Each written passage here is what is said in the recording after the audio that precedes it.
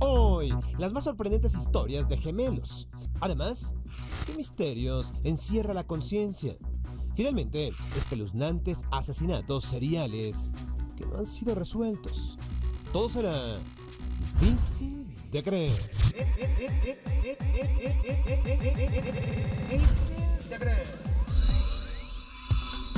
Cada año, el pequeño pueblo de Twinsburg, Ohio, en Estados Unidos, celebra el Festival de los Gemelos.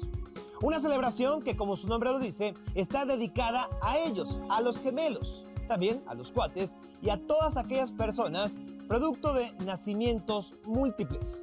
Uno de sus eventos importantes es la narración de historias extrañas, casos de gemelos que desafían la lógica convencional, y es que existen relatos que parecen comprobar que la unión entre gemelos es mucho más profunda y para algunos extraña, mucho más extraña de lo que pensamos. A continuación, historias de personas cuyos vínculos van más allá de lo posible. Locura, vidas paralelas y sí, hasta crímenes en pareja. Historias de gemelos, difíciles de creer. Sabemos que los gemelos comparten el mismo código genético y también es de todos conocido que entre ellos hay una conexión especial, algo más profundo, que a veces raya en la locura. Esto es lo que sucedió con las hermanas Úrsula y Sabina Eriksson. Su historia comenzó cuando Úrsula viajó desde Estados Unidos a Irlanda para visitar a su hermana gemela Sabina, cuando de repente ambas tomaron un autobús sin avisarle a nadie. En el camino, de acuerdo a testigos, se comportaron como si estuvieran locas, a tal grado que el chofer tuvo que bajarlas del vehículo a la mitad del trayecto. Pero ahí empezó lo peor. Ambas hermanas empezaron a correr en la autopista sin hacerle caso a los carros que venían a gran velocidad. El incidente fue grabado por un grupo de policías que se encontraban protagonizando un programa de televisión. Ellos intentaron detenerlas, pero las hermanas, haciendo gala de fuerza sobrehumana, lograron escapar de sus captores y se lanzaron directamente contra vehículos en movimiento. Ambas fueron atropelladas, pero sobrevivieron. Sabina dejó de comportarse violenta y fue liberada al día siguiente, para después asesinar a un hombre desconocido. Después del crimen, Sabina se lanzó de un puente y sobrevivió. Hoy, los científicos piensan que las hermanas sufrieron un caso de locura temporal conjunta, como si las dos hubieran sido infectadas al mismo tiempo. En 1993, Ronald Anderson fue arrestado por golpear a su esposa. El problema fue que Anderson había sido arrestado días antes por un cargo similar y ya se encontraba en prisión. Entonces, ¿cuál era la explicación? Simple. El Ronald Anderson que había sido arrestado antes, en realidad, se trataba de su hermano gemelo, Donald, quien desde hacía varios años tenía la costumbre de cumplir las sentencias en prisión de su hermano Ronald. De acuerdo a Donald, él lo hacía porque su hermano no podría aguantar la vida tras las rejas y a él simplemente no le molestaba. ¿Eso será amor fraternal? Un hombre llamado James Edward Lewis descubrió que había sido adoptado, así que al cumplir 30 años decidió buscar a su familia biológica. Él encontró a su hermano gemelo James Arthur Springer, con quien no solo compartía parecido físico, no, ambos se habían casado con mujeres llamadas Linda, de las cuales se habían divorciado para casarse con mujeres de nombre Betty, los dos. Bueno, ambos hermanos tenían un hijo al que habían llamado James Allan. Los dos también eran carpinteros aficionados e incluso se dedicaban a cosas parecidas. Edward era alguacil de la policía y Arthur era guardia de seguridad. Y nunca antes se habían conocido. Otro caso similar y más sorprendente fue de los gemelos Oscar Stohr y Jack Joffe, quienes fueron separados al nacer. Oscar terminó en Alemania, donde se unió a las juventudes hitlerianas durante la Segunda Guerra Mundial. Jack fue criado como judío y vivió en Israel. Cuando se conocieron, Descubrieron que les gustaban los mismos alimentos, la misma comida, hablaban igual y hasta compartían hábitos específicos como usar una liga en la muñeca. Los gemelos Mark y Craig Sanders se casaron el mismo día y vivieron en dos casas iguales, en la misma calle. Y todo porque se casaron con dos hermanas gemelas que nunca, jamás habían estado separadas. Las parejas, que también se comprometieron el mismo día y en el mismo lugar, tuvieron hijos. Y sí, todos son gemelos. Las hermanas Jennifer y June Gibbons fueron llamadas las gemelas silenciosas. Esto porque de niñas no hablaban con nadie y se comunicaban entre ellas con un lenguaje secreto que solo ellas comprendían. En la escuela se negaban a estudiar, pero en casa leían y escribían sus propias novelas. También tenían una relación de amor-odio violenta. A los 14 años intentaron matarse entre sí, por lo que sus padres las internaron en un hospital para personas con desórdenes mentales. Poco tiempo después, fueron liberadas, pero ahí empezó su carrera criminal, robando e incendiando casas y negocios. Cuando fueron detenidas, Jennifer le dijo a su hermana que nunca serían verdaderamente libres si seguían juntas, por lo que había decidido morir. El designio se cumplió. Pocos días después, Jennifer murió de una extraña enfermedad cardíaca que nunca le había sido detectada. Hoy día, June vive, digamos, una vida normal, pero aún es recordada como la gemela silenciosa. Pregunto, ¿cómo es el vínculo entre los hermanos gemelos y por qué resulta tan sorprendente? ¿Llegaremos a entenderlo algún día? Lo cierto es que casos como estos solo nos recuerdan lo sorprendente de los vínculos familiares que van más allá de lo común y lo corriente. Es Roberto y él es Enrique, o él es Roberto y él es Enrique. Los dos son Suárez y Vara. Difícil de creer.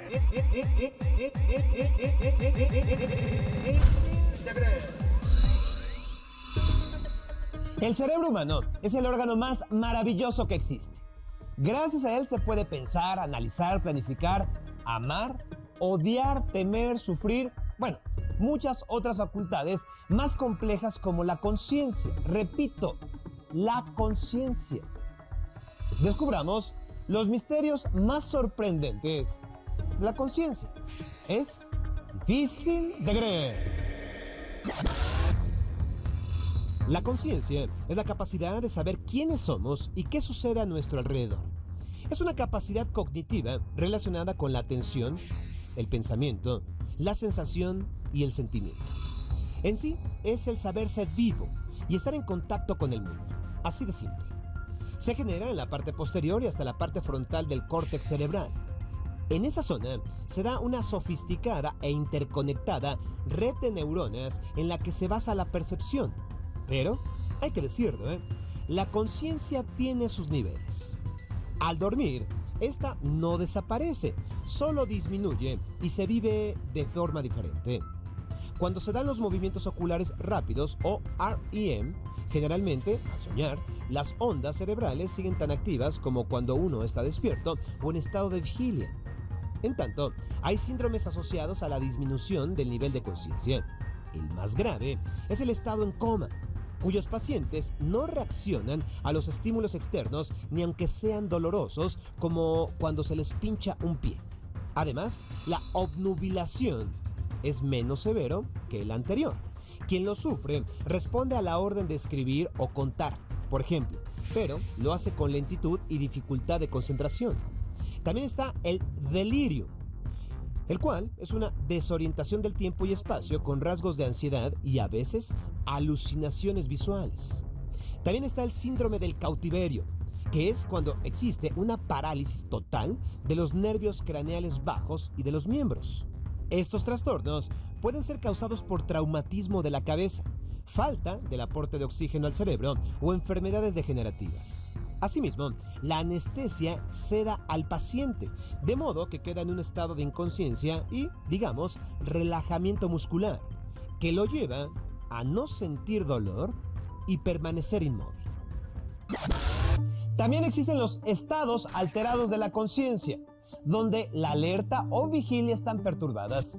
La percepción extrasensorial, la hipnosis, la meditación, algunos trastornos mentales como la esquizofrenia, ciertas afecciones como la meningitis o el empleo de alucinógenos despiertan zonas no exploradas de la conciencia. Uno de los mayores enigmas de la conciencia es el cómo funciona un paciente en estado de coma. Un estudio conjunto de la Universidad de Buenos Aires y de la Universidad de Cambridge reveló que algunas personas en esta condición, en coma, pueden aprender, a pesar de que no mostraban signos de conciencia. Gracias a otras técnicas, se ha podido establecer cierta comunicación con los sujetos en coma. Un paciente que resultó herido, por ejemplo, en un accidente de tráfico hace 8 años, pudo contestar una serie de preguntas autobiográficas utilizando tan solo su pensamiento. Lo anterior fue reflejado en un escáner cerebral empleado por científicos británicos y de Bélgica. Asimismo, Scott Rowley, un hombre de Canadá, que ha estado en fase vegetativa durante más de una década tras haber sufrido una lesión cerebral, pudo comunicar que no sentía dolor. Él, además, fue capaz de demostrar que tiene conciencia y una mente pensante, pues se pudo detectar que sabe quién es y en dónde está. Los padres de Scott afirmaron que su hijo siempre estuvo consciente y que podía comunicarse levantando un pulgar o moviendo los ojos. Pero los médicos solían descartar dicho argumento. A la par, Stephen Graham, otro paciente de Canadá, demostró que había formado nuevos recuerdos desde su lesión cerebral. Él respondió sí cuando se le preguntó si su hermana tenía una hija, cuyo nacimiento se dio después de que Stephen se accidentó en su auto 6 años antes. Estos hechos resultan sorprendentes, ya que pudieran abrir mayores posibilidades terapéuticas para que los pacientes en coma se recuperen, tengan una mejor calidad de vida según sus propios deseos, o arrojaría mayor luz para que los familiares tomen decisiones precisas respecto al futuro de sus seres queridos. En otros campos, los avances en el estudio de la conciencia son increíbles, como el hecho que el orgasmo altere la conciencia. Kate Zuckel, reportera de la revista New Scientist, participó en una investigación de la Universidad de Rutgers en Nueva Jersey, a fin de saber cómo afecta el sexo en el cerebro. La periodista se autoestimuló y luego se imaginó escenas eróticas mientras un escáner cerebral la monitoreaba. Como resultado, más de 30 áreas cerebrales relacionadas con la conciencia se activaron, tanto con el contacto real como con la imaginación, aunque hubo una mayor actividad en el último caso. Otro hallazgo interesante se basa en el momento en que los bebés adquieren la conciencia. Neurocientíficos de Francia sostienen que esto se da cuando el cerebro ha alcanzado un desarrollo tal que les permite identificar lo que son y lo que sucede en su entorno. Los expertos explican que cuando los sentidos perciben un objeto en movimiento, el centro de visión se activa y lo registra en 1/3 de segundo, por lo que se pretendía saber si esta facultad, común en los adultos, se daba también en los pequeños. Tras varios estudios, se determinó que los niños de 1 año de edad podían presentar actividad cerebral consciente similar a los de mayor edad, aunque 3 veces más lenta, y que la edad más temprana para esto se da a los 2 meses. La ciencia ha demostrado que los animales poseen la habilidad de percibir su entorno. Científicos británicos sostienen que los mamíferos y las aves principalmente tienen conciencia, por lo que son capaces de detectar el sufrimiento ajeno y el propio, o bien discernir entre lo bueno y lo malo. Y aunque no están cerebralmente desarrollados para vivir experiencias mentales complejas, sí pueden sentir empatía y respeto de su medio. Difícil de creer. Los primeros árboles de Navidad que surgieron en la Edad Media eran adornados con manzanas. Esto en recuerdo del jardín del Edén. Difícil de creer.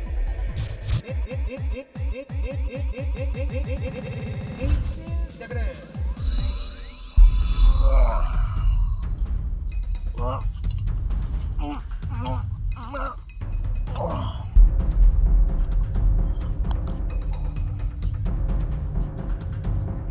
La gente suele tener una extraña fascinación por las historias de asesinos seriales. Pero esto es porque la mayoría de estas historias relatan quién era el asesino y cómo se le capturó, lo cual nos hace sentir más seguros. Pero, ¿qué sucede con todas aquellas historias de asesinatos seriales que nunca se lograron resolver? Pregunto, ¿les gustaría escucharlas, aún sabiendo que el asesino está suelto y podría estar más cerca de lo que se imaginan? Difícil de creer. Entre 1962 y 1964, 13 mujeres de edades entre los 19 y los 85 años fueron asesinadas a base de estrangulamiento. Esto sucedió en la ciudad de Boston. La mayoría de las víctimas presentaban evidencias de abuso sexual. Finalmente, en octubre de 1964, se arrestó a un hombre que intentaba violar a una mujer en su propia casa. El hombre, Albert DeSalvo, quien confesó haber cometido todos los asesinatos del estrangulador. Sin embargo, algunos detalles de su confesión no concordaban con los hechos, y peor aún, por medio de evidencias de ADN, se confirmó que DeSalvo no estuvo involucrado en una de las muertes que había confesado. Luego, DeSalvo fue sentenciado a prisión de por vida, pero la policía siempre sospechó que los crímenes fueron realizados por más de una persona que hoy, a más de 40 años de los crímenes, podría seguir en libertad. Y no solo eso, estaría libre como asesino activo. En Brasil sigue abierto el caso del apodado maniático del arco iris, un sujeto que desde el 2007 ha asesinado a 13 hombres de la comunidad gay. Las autoridades sospechan que el criminal puede ser un oficial de la policía, pero aunque hay sospechosos, no se han presentado cargos, y entonces los crímenes siguen sin resolverse. En Canadá existe una carretera que recorre 800 kilómetros de zonas casi desérticas. Es la carretera 16, pero también se le conoce como la carretera de las lágrimas. Esto porque en el lugar han asesinado a alrededor de 40 mujeres. Los asesinatos se comenzaron a reportar desde la década de los 60 y hasta el 2010 continuaron. Al principio, no llamaron la atención de las autoridades porque las víctimas eran nativos, pero cuando también comenzaron a aparecer cadáveres de mujeres blancas, la policía comenzó a hacer investigaciones. Hasta el momento, han encontrado a un posible responsable de algunas de las muertes: el asesino serial estadounidense Bobby Jack Fowler, cuyo ADN se encontró en algunos cuerpos de las víctimas. Sin embargo, hay muchas otras muertes que no se han podido resolver, principalmente aquellas que han ocurrido después de que Fowler fue encarcelado en 1995. El 9 de febrero del año 2006 en Salt Lake City, una mujer latina fue asesinada en su departamento. Exactamente 2 años después, el 9 de febrero del 2008, otra mujer, también latina, fue asesinada y de la misma manera. La policía encontró evidencia de ADN que demostraba que los asesinatos fueron hechos por la misma persona. Ya no ha habido más muertes desde entonces, pero cada 9 de febrero, la gente de aquella ciudad teme que la historia se vuelva a repetir.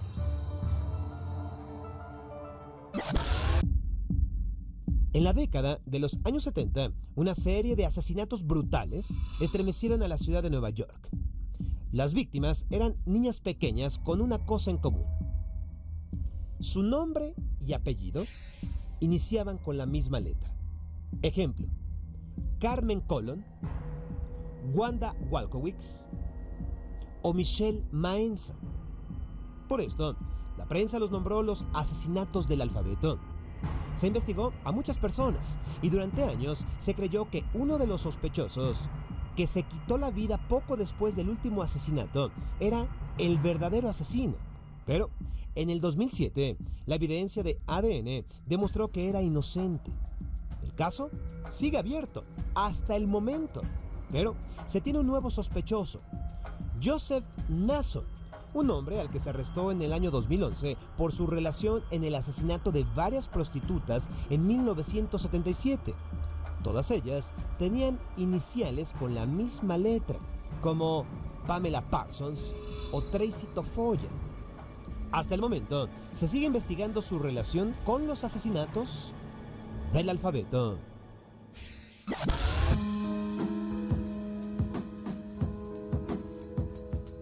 Estos son solo unos cuantos casos, pero recordemos que la policía muchas veces trata de negar que hay asesinos seriales hasta que las evidencias sean muchas. Y también hay ocasiones en que el ritual de los asesinos es tan complejo que las autoridades no logran conectar la relación entre las muertes o simplemente nunca, jamás encuentran los cadáveres y ni siquiera sospechan que hay un asesino serial suelto en las calles. Difícil de creer. Soy Sergio Sepúlveda. Ahí se los dejo, ¿eh? No se vaya a escapar.